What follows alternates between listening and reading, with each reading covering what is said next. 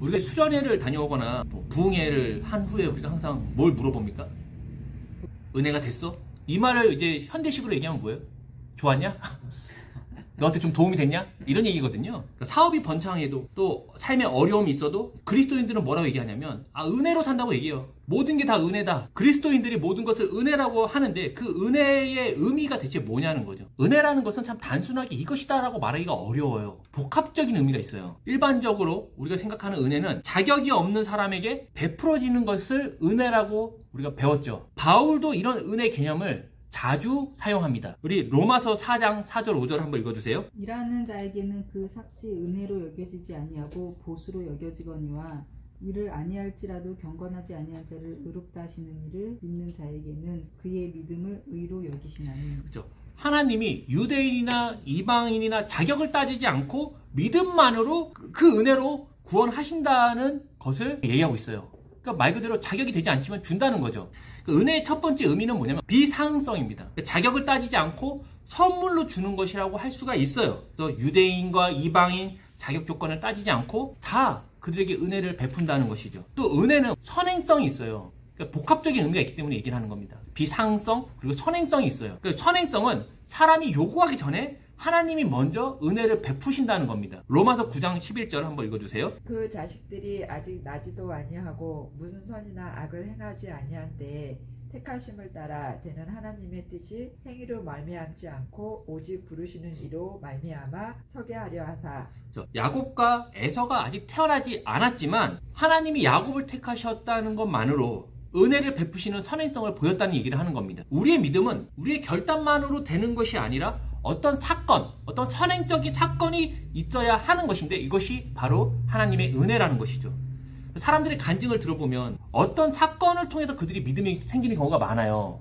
그냥 갑자기 내가 믿어야지 이게 아니라 어떤 사건이 있었다는 것이죠. 아팠는데 병이 낫다든지 아니면 사업이 망했는데 갑자기 극적으로 뭔가 해결됐다든지 아니면 우리 무식한 자녀가 어떤 계기를 통해서 명문대에 갔다든지 이런 간증들을 할 수밖에 없는 게 간증의 내용이 그럴 수밖에 없는 게 뭐냐면 이 선행적인 사건을 통해 그들이 믿음이 생겼기 때문입니다. 그래서 은혜의 선행성을 가진다는 것이죠. 또한 은혜는 효과성이 있어요. 효과는 뭐냐면 은혜가 은혜 받은 사람을 변화시킨다는 거예요. 이번에 그런 뉴스가 있었어요. 어떤 아이가 자전거를 타다가 고가의 외제차를 박은 거예요. 그냥 서 있는데 그냥 박은 거죠. 그러면 그거는 보험 처리도 안 되죠. 그럼 수리비가 몇 천만 원 나간다는 거예요. 부모 입장에서 너무 황당하고 큰일 난 거예요. 당장 다음 달 내야 되는 렌트비도 없고 다음 달 생활비도 어떻게 내요? 근데 그 차주가 내려서 얘기하는 겁니다. 아이가 박은 거니까 괜찮습니다. 쿨하게 끝난 거죠. 그러면 은혜를 받은 부모는 어떻게 생각하겠어요? 아, 나도 다음에 저렇게 해야겠다. 별거 아닌 거에 대해서 나도 다음에 다르게 살아야겠다. 효과성을 발휘한다는 거죠. 은혜 자체가.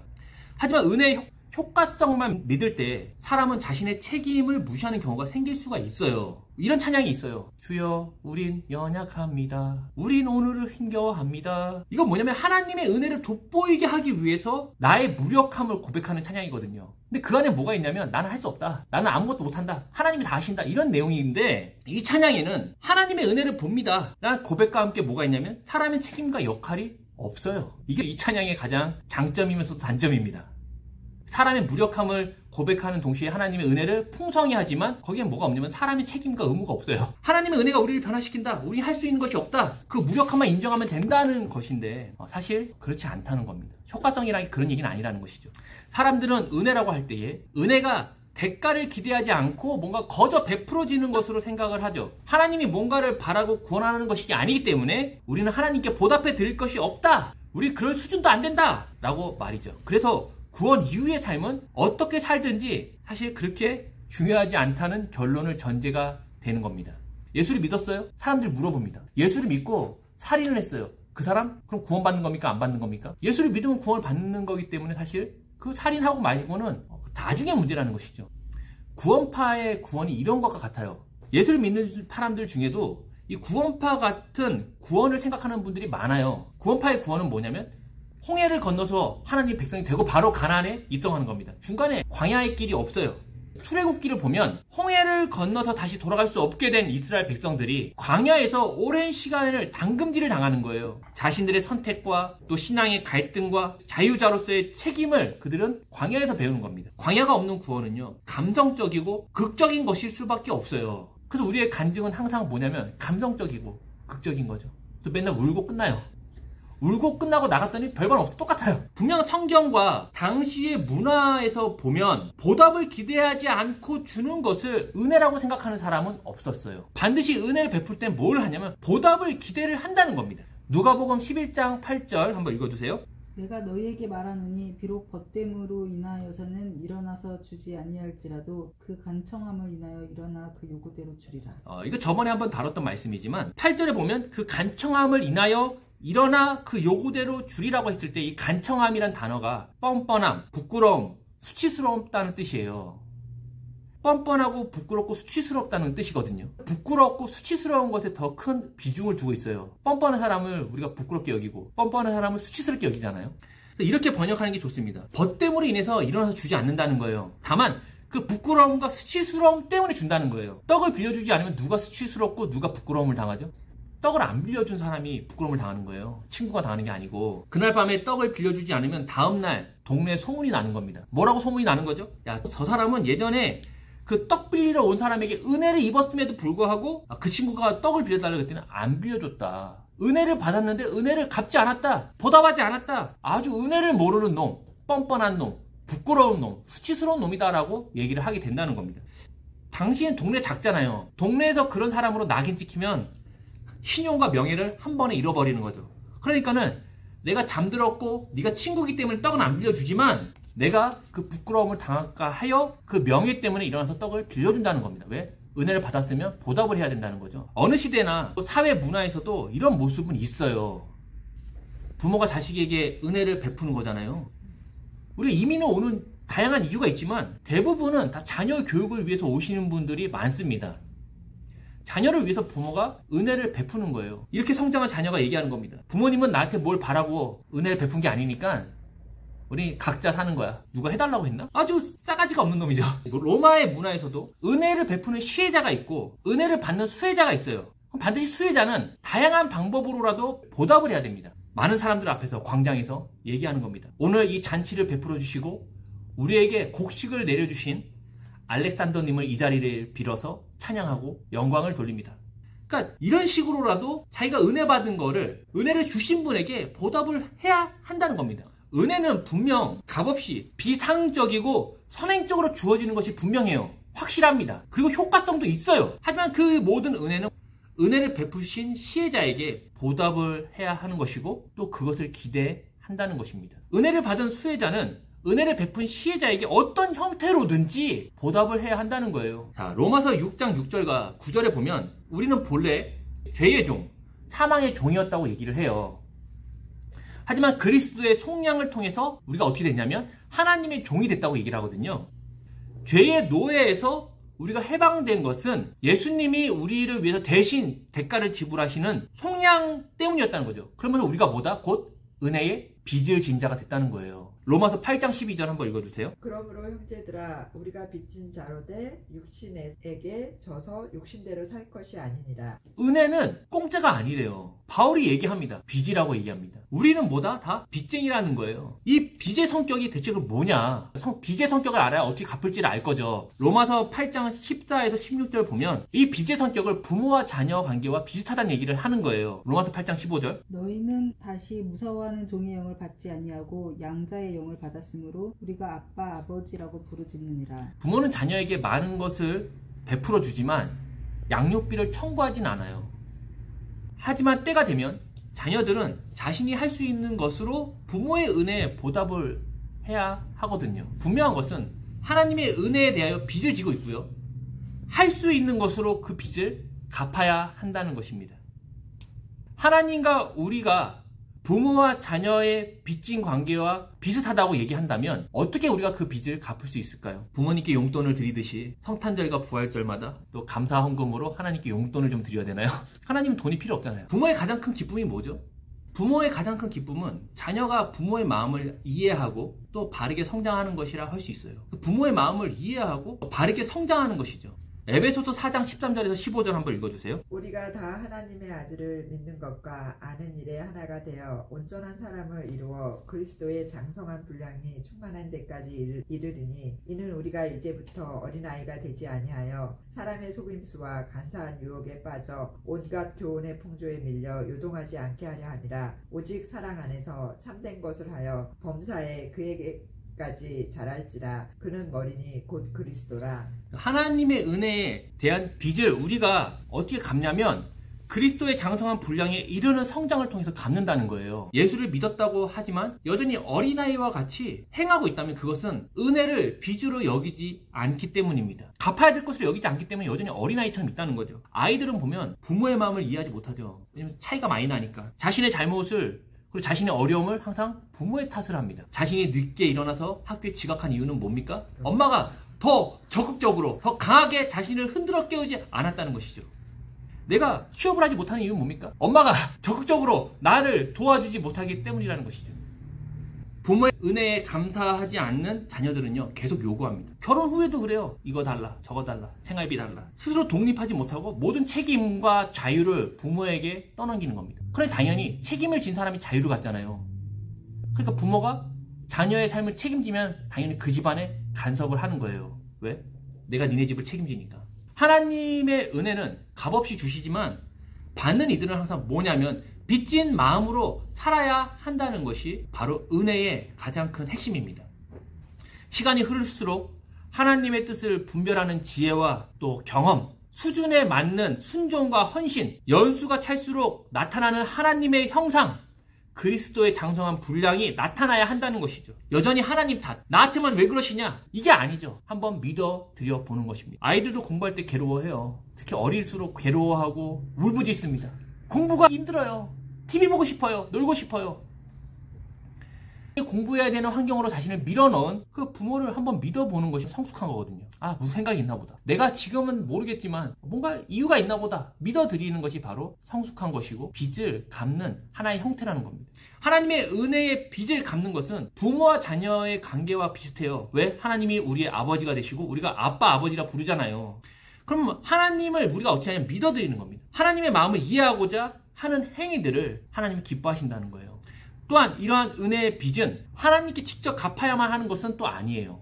마태복음 18장 23절에서 35절에 보면 1만 달란트 탕감받은 자가 100데나리온 빚진 자를 용서하지 못하는 내용이 나와요. 그러니까 내가 큰 빚을, 은혜의 빚을 가졌으면 어떻게 되냐? 너도 그 다른 이의 빚을 탕감해줘야 된다는 겁니다.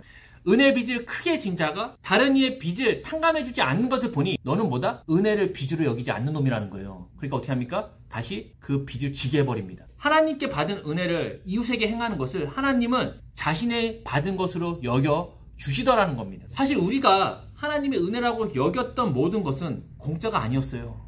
다 갚아야 하는 겁니다. 하지만 이 갚음은 빚쟁이가 채무자에게 찾아가서 빚 갚으라고 닥달을 하고 위협을 하는 것을 의미하진 않아요. 우리가 하나님께 빚을 갚지 않았다고 해요. 하나님이 갑자기 심판하시고 집안에 어려움이 생기고 이런 거 아니라는 겁니다. 종종 이런 얘기 하죠. 하나님이 나를 치셨다. 나는 원치 않았는데 하나님이 나를 때려서 신학교에 왔다. 이놈들 하나님이 무섭지도 않냐? 분명한 것은 교회는 위협과 협박으로 유지되는 것이 아니라는 겁니다. 아니 생각해 보시면 하나님은 우리의 자유와 의지와 책임을 중요하게 여기시거든요. 우리의 자녀가 부모의 폭력과 공포 때문에 순종하는 척하고 공부하는 척하고 있다면 어떻게 하겠습니까? 나중에 부모가 약해지고 자신이 힘을 가지면 바로 그대로 보복을 하는 겁니다. 위협과 공포 때문에 우리가 하나님의 말을 듣는 것이라면 그것은 은혜가 아니라 내가 힘이 없으니까 어쩔 수 없이 순종하지만 내가 받을 거 다 받고 내가 건강들 챙기고 내가 경제적으로 하나님 필요 없어지면 바로 떠나버리는 겁니다. 하나님은 우리의 자유를 기대하시고 우리를 자유자로 부르셨어요. 우리는 이렇게 자유자라 그러면 어색해요. 그리고 굉장히 많은 의문을 갖습니다. 첫 번째 뭐냐면 우리가 죄의 종이었다가 예수님의 대신 갚음, 속량으로 말미암아 하나님이 종이 된 것이 아니냐. 주인만 바뀐 것이지 여전히 우리는 노예가 아니냐라고 말이죠. 성경은 하나님과 우리의 관계를 사실 다양한 모습으로 설명해요. 로마서 6장에서는 주인과 종이 되었다고 말하지만 로마서 8장 15절에서는 다르게 얘기합니다. 한번 읽어주세요. 너희는 다시 무서워하는 종의 영을 받지 아니하고 양자의 영을 받았으므로 우리가 아빠 아버지라고 부르짖는다. 종과 자유자의 차이는 뭐에 있냐면 자유에 있어요. 종은 자유가 없지만 자녀는 자유가 있습니다. 이런 부분에서 6장에서 종은 자유자와 대조되는 노예라기보다는 왕과 대조되는 백성의 의미에 더 가깝습니다. 그 종은 노예가 아니라 백성의 의미에 더 가깝다는 것이죠. 또한 로마서 5장 17절 한번 읽어주세요. 한 사람의 범죄로 말미암아 사망이 그 한 사람을 통하여 왕 노릇하였은즉 더욱 은혜와 의의 선물을 넘치게 받는 자들은 한 분 예수 그리스도를 통하여 생명 안에서 왕 노릇하리로다. 그렇죠. 우리가 그리스도와 공동 상속자로서 왕의 신분을 누리게 될 거라고 얘기를 하는 거예요. 이런 부분을 우리가 봤을 때 우리가 그리스도의 종이다, 하나님이 종이 됐다는 건 뭐냐면 노예라기보다는 부모와 자녀의 관계가 되는 것이고 또 그리스도와 함께 공동의 상속자로서 왕으로 통치를 한다는 겁니다. 바울은 이러한 관계의 설명을 이렇게 얘기하는 겁니다. 누구의 통치를 받을 것이냐, 우리가 누구의 백성이냐를 묻고 있는 것이죠. 우리는 주인만 바뀐 종이 아니라 로마서 8장 15절 이하에 나오는 것처럼 하나님의 자녀가 되었다고 분명히 말하고 있습니다. 그러면 우리가 그 친분의 자유와 그 책임으로서 무엇을 할까요? 바울은 얘기합니다. 로마서 8장 21절. 그 바라는 것은 피조물도 썩어짐의 종노릇한 데서 해방되어 하나님의 자녀들의 영광의 자유에 이르는 것이니라. 그리고 로마서 5장 2절에서도 구원의 완성의 때 우리는 하나님의 영광에 이르게 된다는 얘기를 하거든요. 에베소서 1장 6절 한번 읽어주세요. 이는 그가 사랑하시는 자 안에서 우리에게 거저주시는 바 그의 은혜의 영광을 찬송하게 하려는 것이다. 하나님이 부르시고 우리를 자유자로 주신 이유는 뭐냐면 하나님의 은혜의 영광을 찬송하게 하기 위함이라는 겁니다. 우리 이런 얘기 보면 우리는 자동적으로 찬송을 하는 것 같잖아요. 그렇지 않아요. 결정하는 겁니다. 자유가 없이는 하나님께 영광을 돌려드릴 수가 없어요. 아담과 하와는 완전한 자유자였죠. 하나님을 거부할 자유까지 그들은 가지고 있었다는 거예요. 선과 악을 알게 하는 나무의 열매를 먹지 말라는 명령은요, 하지 말라는 게 아니고 완전한 자유였어요. 예를 들어 그런 겁니다. 하나님이 얘기하셨어요. 월마트에 가면 B 칸에 있는 세 번째 칸에 있는 A사에 있는 젤리만 먹지 말고 다 먹어라. 이 얘기는 뭡니까? 자유거든요. 젤리가 먹고 싶으면 A사의 젤리가 아니라 다른 회사 젤리를 먹으면 되는 거였어요. 근데 아담과 하와는 굳이 그걸 또 따먹었어요. 자유와 의지와 책임을 가지고 말입니다. 선악과를 먹기 전에는요, 사실 선악의 구분이 없었다는 거예요. 악이 시작되기 전이잖아요. 모든 선택은 뭐다? 하나님의 뜻과 일치하는 상태였습니다. 아담과 하와가 싸웠어요? 악입니까? 선입니까? 선입니다. 왜? 악이 시작되지 않았으니까. 그러면 이유가 있었겠죠. 에덴 동산에 홍수가 나갔고 나무들이 절반 쓸려 나갔어요. 선입니까? 악입니까? 선입니다. 악이 시작되기 전이기 때문이죠. 하지만 자유자 아담은 악의 통치를 선택하는 거예요. 하나님의 통치를 거부하고 하나님과의 관계를 거부하고 자신이 스스로 하나님이 되고 싶어함과 동시에 악의 통치를 선택하는 겁니다. 로마서 5장 12절. 그러므로 한 사람으로 말미암아 죄가 세상에 들어오고 죄로 말미암아 사망이 들어왔나니 이와 같이 모든 사람이 죄를 지었으므로 사망이 모든 사람에게 이르렀느니라. 죄의 지배가 세상에 들어왔어요. 사망이 모든 사람을 다스리게 됐다라고 얘기합니다. 누굴 통해서? 아담을 통해 그 일이 시작됐다는 거. 그 전에 없었다는 거죠. 굳이 이런 위험한 자유의 의지를 왜 아담에게 줬을까요? 하나님이 사람을 그렇게 선택하고 싶은 겁니다. 주님이 죄의 지배에서 우리를 해방했다는 것은 다시 우리가 종이 되었다는 것이 아니라 자유자가 됐다는 걸 얘기하는 거예요. 그래서 신앙의 성장은, 신앙의 성숙은 그래서 자유의 성장으로 나타나는 겁니다. 이전에는 율법에 매여서 어쩔 수 없이 또 남들이 다 하니까 그렇게 하라 그러니까 내가 섬겼지만 자유의 성숙이 이루어질수록 내 의지와 책임을 갖고 하나님을 예배하고 사랑하고 그의 영광을 드러내는 것이 바로 성도라는 겁니다. 자유라는 것은 분명 하나님의 뜻을 버리는 것은 아니에요. 우린 자유라 그러면 계속 내 뜻을 생각하잖아요. 내 맘대로 하는 것. 하나님의 영광을 위해 선택하는 것이고 옛사람, 죄의 몸이 아닌 하나님의 선택을 택하는 자로서 우리가 지어진다는 겁니다. 출애굽기의 내용을 보면 출애굽기의 핵심은 이집트를 떠나는 게 아니에요. 출애굽의 내용은 가나안에 들어가는 겁니다. 이스라엘은 홍해를 건넜지만 이집트 군대는 홍해에서 다 죽어요. 다시 그들은 이집트로 돌아갈 수 없는 신분이 되어버린 겁니다. 노예였던 신분에서 홍해를 건너는 사건을 통해 그들은 신분이 바뀌어버렸어요. 이들이 광야에서 보여준 것은 뭐입니까? 불평하는 거예요. 이집트로 돌아가자고 선택하는 겁니다. 선택하는 거예요. 이들은 자유자이기 때문에 그냥 시키는 대로 하는 것이 아니었어요. 그들은 선택하고 불평하고 분노하고 의견을 얘기할 수 있었던 겁니다. 왜? 그들은 자유자이기 때문이죠. 노예는요, 시킨 것만 해요.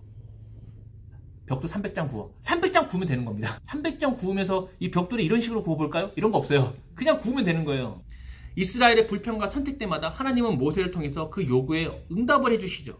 만나도 주시고 물도 주시고 메추라기도 주시고 하나님이 자기 백성에게 기대하는 건 뭐냐면 자유자로 사는 것이고 그 자유에 대한 선택과 책임을 그 하나님이 요구하시더라는 겁니다. 하나님이 우리를 자유자로 부르셨다. 내 마음대로 살 수 있다. 책임이 없는 방종이 아니에요. 자유에 대한 책임을 하나님이 지게 하시다는 겁니다. 애들이 하는 자유는요, 방종이죠. 왜? 책임을 누가 지니까? 부모가 지잖아요. 애가 자유롭게 살다가 누굴 때리고 왔어요. 그리고 얘기합니다. my opinion. 책임이 없는 자유는 방종이죠. 하나님은 우리에게 자유를 주시고 그에 따른 책임을 주십니다. 그러니까 뭐가 있냐면 고난이 있는 거예요. 고난을 통해서 우리가 뭐 하는 건 배우는 겁니다.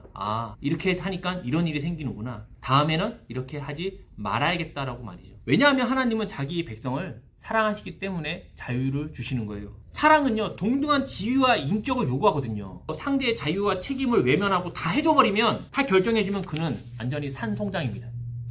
실패가 뭔지, 고난이 뭔지, 교만이 뭔지, 은혜가 뭔지 알지 못하는 자기 세계에 갇혀있는 아이가 될 가능성이 굉장히 높은 것이죠. 하나님이 우리를 사랑하기 때문에 그런 산송장으로 우리를 만드는 것이 아니라 너의 선택과 자유를 통해 많은 것들을 배우고 하나님의 자녀로 지어짐을 닫도록 하신다는 겁니다. 우리가 교회를 개척하는 것도, 또 누군가를 전도하는 것도, 또 어떤 선거 때 특정 후보를 지지하는 것도, 회사를 다니는지 그만둘지 아니면 뭐 이직을 할지 이런 새로운 도전을 하는 것도 하나님의 뜻을 따르는 자유와 선택과 책임이 있다는 겁니다. 이렇게 하면 하나님의 뜻이고 저렇게 하면 하나님의 뜻이 아닌 것이 아니라 내가 하나님의 뜻을 따르는 가정 가운데 이 사람을 지지할 수도 있고 저 사람을 지지 않을 수도 있는 것이죠. 1번을 지지하면 하나님의 뜻, 2번을 지지하면 하나님의 뜻이 아니야. 이런 거 아니라는 겁니다. 하나님은 이 일을 이루시는 일에 신실하시다고 말하는 거예요. 그분이 완전하신 이유는 뭐냐면 이런 개인의 자유와 선택과 책임과 고난과 어려움과 배움을 통해서 그분이 우리를 만들어내는 일에 완벽하시고 신실하시다는 얘기를 하는 겁니다. 은혜는 공짜가 없어요. 대가가 있다고 말씀을 드리는 겁니다. 은혜의 빚을 갚는 방법은 공포와 협박으로 인해서 어쩔 수 없이 뱉어내는 것이 아니라 나의 자유를 통해서 행하는 것이라고 말씀을 드린 겁니다. 매일 우리는 하나님의 뜻대로 살고자 선택하는 자유자로 살아야 한다는 거예요. 은혜를 주세요. 가만히 있으면 아닙니다. 하나님의 영광을 위해서 누군가를 만나고 하나님의 영광을 위해서 무엇인가 택하고 하나님의 영광을 위해서 뭔가 책임을 지고 결론을 가지는 자유자로서의 살아야 한다는 것이죠. 그리스도의 장성한 분량에까지 이르는 것으로 우리가 빚을 계속 갚아나가는 거예요. 은혜의 빚진 남가주 바이샘교회 여러분, 여러분 전진하셔야 합니다. 하나님이 어떻게 해주실 것이다가 아니라 여러분의 의지와 자유를 갖고 계속 앞으로 나아가야 된다는 겁니다. 우린 가만히 있으면 하나님이 은혜 가운데 교회를 성장시켜 주실 것이다. 다 구랍니다. 전진해야죠. 선택하고 또 실수하고 실패하고 넘어지고 하나님이 지금 뭐 하시는 건가 불평도 하고 그건 자유자의 권리라는 겁니다. 교회가 성장하는 것이 하나님의 뜻이라고 믿는다면 전하고 강건하고 하는 선택이 있어야 하는 겁니다. 내가 이직하는 것이 하나님의 뜻이라고 생각한다면 급여가 많고 적음을 떠나서 어려움이 있을지라도 선택해 보는 겁니다. 그 위에 있는 책임들은 자기가 경험하는 것이죠. 그래야 사람이 배우기 때문입니다. 하나님이 주신 자유가 있어요. 우리를 자유자로 부르셨거든요. 육체의 기회로 삼지 말고, 그 말은 우리가 그거를 육체의 기회로 삼을 수도 있다는 거예요. 근데 그렇게 하지 말고 섬김과 사랑의 빚으로 갚아보라고 권면하는 겁니다. 오늘 말씀을 정리하면 그런 거예요. 은혜는 공짜가 아니다. 은혜의 빚진 자로 산다. 그 빚을 어떻게 갚을 것이냐. 부모와 자녀의 관계처럼 그리스도의 장성의 분량으로 자라는 것을 통해서 또 하나님의 마음을 알고 그 뜻에 일치하는 과정을 통해서 갚는다는 겁니다. 근데 그 빚 갚음은 억압이나 위협이나 어쩔 수 없이 뱉어내는 것이 아니라 자유자로서의 의지와 책임을 갖고 그렇게 해야 한다는 얘기를 드렸습니다. 이 신앙의 진리가 우리로 하여금 이 땅에 임한 하나님 나라, 또 이 땅에서 살아가는 하나님의 백성으로서 또 많은 이들에게 남다름이 보여지고 또 확인되었을 수 있으면 좋겠습니다.